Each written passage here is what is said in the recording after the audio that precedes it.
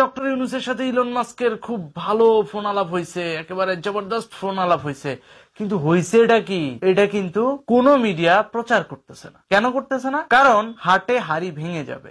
এই কারণে আমাদের দেশের দালাল মিডিয়াগুলা আজকে নিউজ করছে, নিউজটা একটু কোট করি। দেশের স্যাটেলাইট ভিত্তিক ইন্টারনেট চালু করতে আগ্রহী সরকার, দালাল মিডিয়ার ভাষ্য এটা।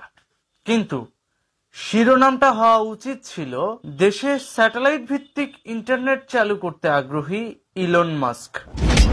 ইলন মাস্কের কোম্পানির নাম হচ্ছে স্টারলিংক, যেটা নিয়ে এত জল্পনা কল্পনা, বাংলাদেশে স্টারলিংক বিনিয়োগ করতে চায়। শুরুতে বললাম না যে দালাল মিডিয়া এটা বলতেছে সরকার আনতে চাচ্ছে স্যাটেলাইট ইন্টারনেট, আসলে বিষয়টা সেটা না। ইলন মাস্ক বিশ্বব্যাপী স্যাটেলাইট ইন্টারনেটের বিজনেসটাকে প্রসারিত করতে যাচ্ছে এবং এটার জন্য অলরেডি সে ট্রাম্পের দপ্তর থেকে অনুমতিও পেয়ে গেছে।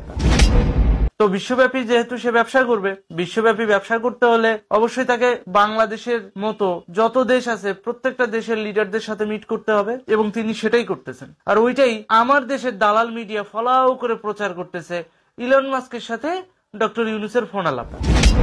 কিন্তু ফোন আলাপটা কিসের সেটা কিন্তু বলতেছে না। এখন কথা হচ্ছে যে বিনিয়োগটা আসতেছে, এটার বিস্তারিত কিছু কূটনৈতিক চাল আছে, তো সেটা নিয়েই আজকে কথা হবে। ইলন মাস্কের মহাকাশ গবেষণা বিষয়ক একটা সংস্থা আছে যেটার নাম হচ্ছে স্পেসএক্স। ওটাতে স্যাটেলাইট তৈরি হয়, তারপরে মহাকাশ সংক্রান্ত যত আধুনিক প্রযুক্তি আছে সেগুলো নিয়ে কাজ হয়। সেই প্রতিষ্ঠানেরই সিস্টার কনসার্ন হচ্ছে এই স্টারলিংক। তো স্টারলিংক যেটা করে সেটা হচ্ছে চাইলে ফোনে আড়ি পাততে পারবে, মানে আপনি আমি কি কথা বলতেছি সেটা আড়ি পেতে শুনতে পারবে।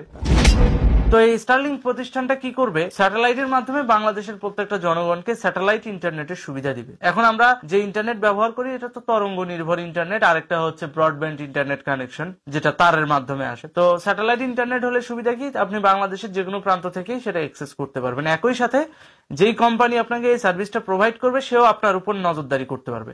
তাহলে দেখেন এখানে ফায়দা কিন্তু দুই রকমের।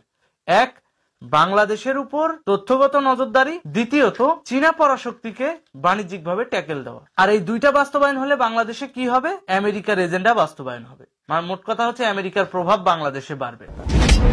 স্টারলিংক কোম্পানি যেটা করতে যাচ্ছে এখানে তাদের হচ্ছে বাণিজ্যিক স্বার্থ, যাতে তারা বিশ্বব্যাপী স্যাটেলাইট ইন্টারনেটের ব্যবসাটা করতে পারে। তারই ধারাবাহিকতায় বিশ্বের প্রত্যেকটা দেশের যে প্রধানমন্ত্রী রয়েছে এবং রাষ্ট্রপ্রধান রয়েছে তাদের সঙ্গে ওপেন কনফারেন্স করেছে ইলন মাস্ক। মানে যেই সমস্ত রাষ্ট্রগুলো আমেরিকান রিজিম ফলো করে সেই সমস্ত রাষ্ট্রগুলোকে এইটা অভিহিত করে দেওয়া যে আমরা স্যাটেলাইট ইন্টারনেটের ব্যবস্থা নিয়ে আসছি, আপনারা আপনাদের রাষ্ট্রের যে অভ্যন্তরীণ যে আইনানুগ ব্যবস্থা আছে তার মাধ্যমে কিভাবে লাইসেন্স নেওয়া যায় এবং কিভাবে এটাকে পপুলারাইজ করা যায়, কিভাবে এটা আপনাদের বাধা ছাড়াই আপনাদের দেশে ইনস্টল করা যায় সেই ব্যবস্থা আপনারা করবেন। তারই একটা অংশ হিসেবে ইলন মাস্ক ডক্টর ইউনূসকে ফোন দিয়েছে এবং সেটা নিয়েই কথা হয়েছে। তো যখন স্টারলিংক নিয়ে ইলন মাস্ক তার প্রফেশনাল কথাবার্তা বা প্রফেশনাল মিটিং করছিলেন ডক্টর ইউনূসের সাথে, তখন ডক্টর ইউনূস মাঝখান দিয়ে একটা খোঁচা মারছিল যে বঙ্গবন্ধু স্যাটেলাইটের নামটা একটু চেঞ্জ করা যায় কিনা। তখন ইলন মাস্ক ওপেনলি বলেছেন স্টপ ইউর বিচিং, অর্থাৎ তোমার নটিগিরি বন্ধ কর, তোমার নটিগিরি বন্ধ কর। দুবাইয়ের ওই সম্মেলনটাতে যতজন প্রতিনিধি ছিলেন তার মধ্যে ইউনূস অন্যতম, তাদের সবার সাথে ইলন মাস্ক একটা ভিডিও কনফারেন্সিং আমেরিকার থেকে করেছে। আমেরিকার কোনখান থেকে করেছে? সেই টাউন হল থেকে করেছে যেখানে ট্রাম্পও ছিল, মোদিও ছিল। তো কোনো সেপারেট ভিডিও কনফারেন্সিং অ্যাকচুয়ালি ইউনূসের সঙ্গে হয়নি। যেটা হয়েছে ইউনূস ওকে ফোন করেছিল, তো তখন মাস্ক নাকি ভীষণ গালিগালাজ করেছে ইউনূসকে। হ্যাঁ, ইউনূস কিছু একটা তার আত্মপক্ষ সমর্থনে কিছু একটা বলার চেষ্টা করেছিল, তখন তাকে আর কি একটা বলেছে, একটা মানে বলেছে 4-5 অক্ষরের ইংরেজি অক্ষরের একটি বাজে কথা তাকে বলেছে। অ্যাকচুয়ালি বলেছে বিচিং, স্টপ বিচিং। বিচিং মানে এক কথায় সোজা কথা, ওই যে বাংলায় বলে না নটির মতো কাজ করছো, নটি নটি রক্ষিতা, ঠিক আছে, ওইটা বন্ধ করো তুমি। ইউনূস আবার তার ঘনিষ্ঠদের কাছে যারা খুব কাছের লোক তাদেরকে বলে আর কি সে নাকি খুব অপমানিত বোধ করেছে, তাকে নাকি এইভাবে মাস্ক বললো। দেখেন ইলন মাস্কের মতো একজন আন্তর্জাতিক মানের ব্যবসায়ী, বুঝতেই তো পারতেছেন তারা কি পরিমাণ প্রফেশনালিজম মেনটেন করে। সেই প্রফেশনালিজমের জায়গা থেকে ইলন মাস্ক ডক্টর ইউনূসকে কিন্তু এই ওয়ার্ডটা ইউজ করেই সাবধান করে দিয়েছে। তো এই যে ইলন মাস্কের এই সতর্কতা কি প্রমাণ করে, যে আমি তোমার কাছে অনুমতি চাচ্ছি না, তোমাকে ইনফর্ম করতেছি যে তোমার দেশে আমি স্যাটেলাইট ইন্টারনেট ইনস্টল করব।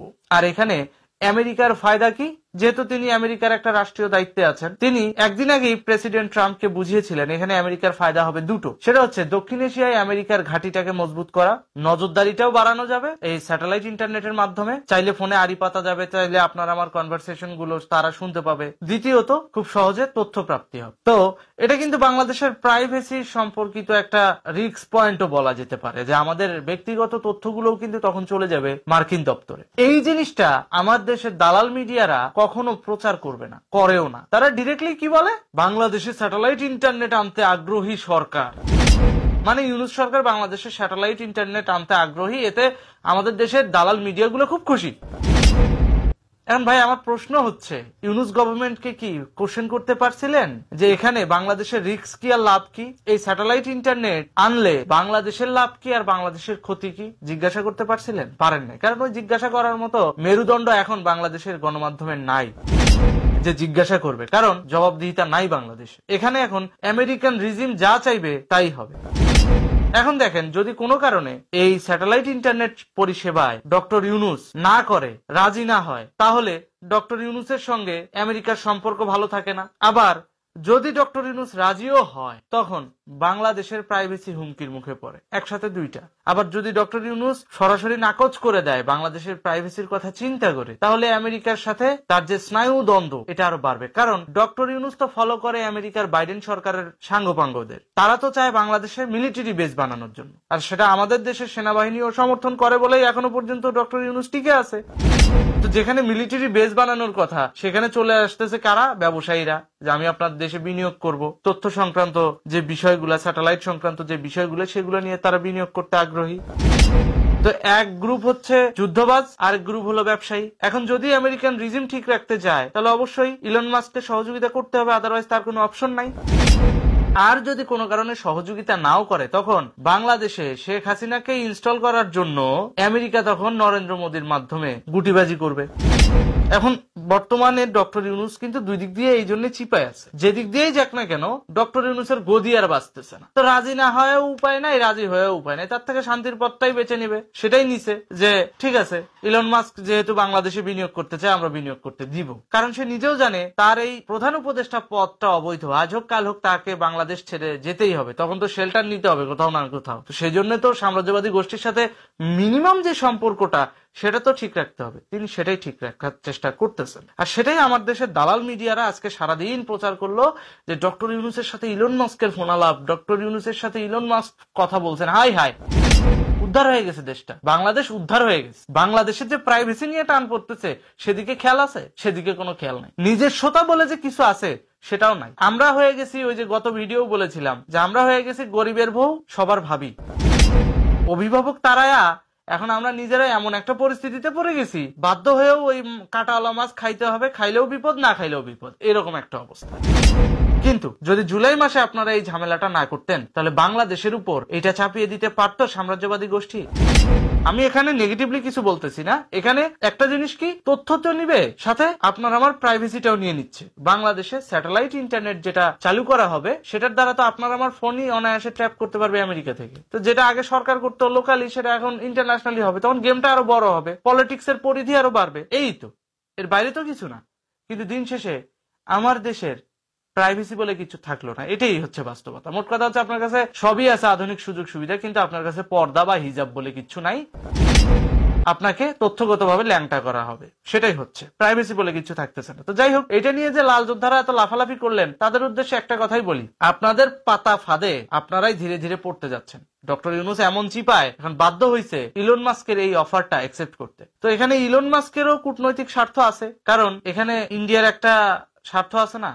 আর ইন্ডিয়ার যেহেতু ন্যাশনাল সিকিউরিটি রিলেটেড স্বার্থ, তো সেই বিষয়টাকে সমাধান করার জন্য অবশ্যই ওই ইলন মাস্কের ওই স্টারলিংকের মাধ্যমে প্রাপ্ত তথ্যগুলো নিয়েই ভারতীয় রিজিম পলিটিক্স করবে। দিন শেষে কি হবে, আপনারা যে ভারত বিরোধী করেন না, দিন শেষে বাংলাদেশের প্রাইভেসি নষ্ট করে আপনারা ভারত বিরোধী করতে গেছিলেন না। ওই যে বাংলাদেশের প্রাইভেসি থাকবে না, আপনাদেরও প্রাইভেসি সুদ্ধা টান দিবে ইন্ডিয়া, এবং সেটা চলে যাবে আমেরিকার কাছে। তো মোরলদের কাছে চলে গেলে দিন শেষে বাংলাদেশ সহ ইন্ডিয়া সহ এই পুরো রিজিমটা আমেরিকাপন্থী হয়ে যাবে। যেটা আমরা ছিলাম জোট নিরপেক্ষ বাংলাদেশ, যে আমরা চায়নার পক্ষেও নাই, আমেরিকার পক্ষেও নাই, আমরা নিরপেক্ষ একটা সুশীল রাষ্ট্র, সেটা আর থাকলো না। একটা ধর্ম নিরপেক্ষ রাষ্ট্র যেটা বঙ্গবন্ধু করে গেছিল, সেটাও আর থাকলো না। তো দিন শেষে কি হলো?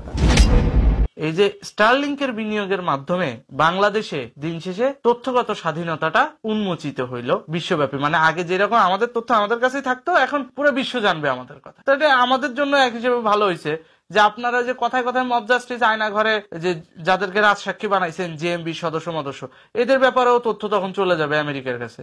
কারণ আমেরিকা এটা চাইছে যে সন্ত্রাসবাদ দমনে ইন্ডিয়ার সাথে যৌথভাবে কাজ করবে। তারই একটা অংশ হিসেবে ইলন মাস্ক বাংলাদেশে স্টারলিংক ঢুকাবে এবং সেই জায়গায় আপনারা ধরা খাবেন। ধন্যবাদ।